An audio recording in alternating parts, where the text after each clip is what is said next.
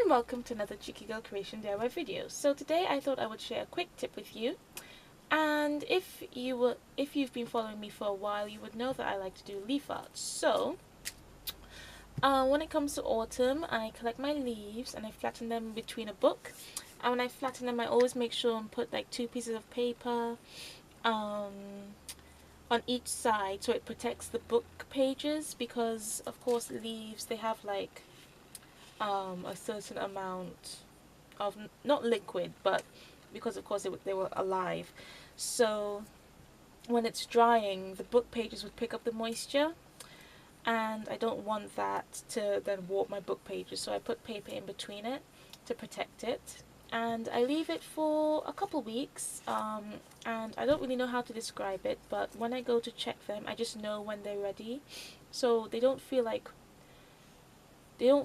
a regular leaf that you could just pick from a tree now.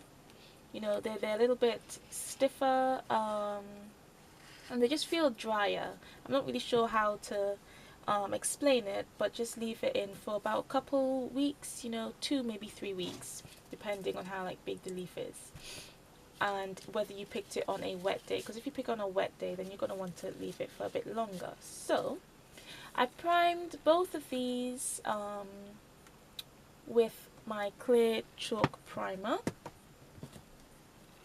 and you can get this clear chalk primer in the September mixed media box, theme splashes, and you always want to shake it up nicely first, because you know the sediment kind of settles at the bottom, so I always like to shake mine up. And I don't know why it happened on these, but it didn't happen on these for some reason. It's like has some kind of white patches. Actually, I'll show you on one of the green ones, and these are maple leaves if you're wondering, and it shows up when it was like still dry, because of course it's supposed to dry clear, but on these it didn't. Both of them have been primed, so I'm not sure why that happened, but it shouldn't be too much of an issue. When I paint it you probably won't notice it. So yeah, and maple leaves, they're quite brittle, because some of them have broken already, like at the tips, without me even noticing. You know, they've pretty much been kept in a book for most time. I mean, this just broke off, this tip. You probably can't see that because it's yellow, but they're quite brittle. But then these are much stronger, and if I've gotten this wrong I'll correct myself, and I'll put what it's called like at the bottom of the screen, but I think this is from a cherry tree. I can't remember exactly, but I think this is from a cherry tree, and this is like, I can do that gently, of course. I don't want to bend it too hard, because then of course it would snap, and it's a lot stronger, and it'll definitely be easier to paint on this one. But then these, like, I don't even really want to do that because they can just feel brittle. It just feels like no matter what I do I might snap them. So when I do paint on them, and I use acrylic paint, that's the best I think to paint on it, unless like say with watercolors you have like watercolor ground to prime the surface. And then once I do that I display them in a box frame, and I'll put some photos up at the end of my past leaf art pieces.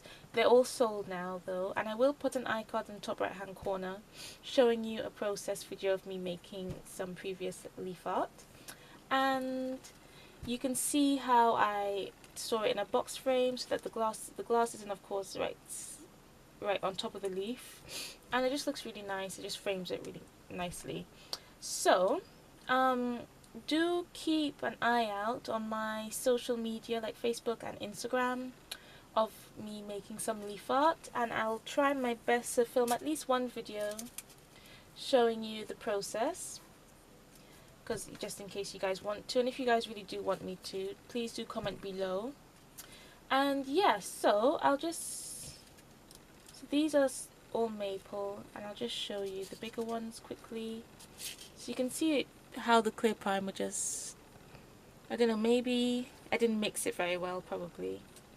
And you can see on this one where it broke, I'm not really sure where when it did break. So they're really quite brittle, and you have to be really gentle with them. I like to get a range of sizes.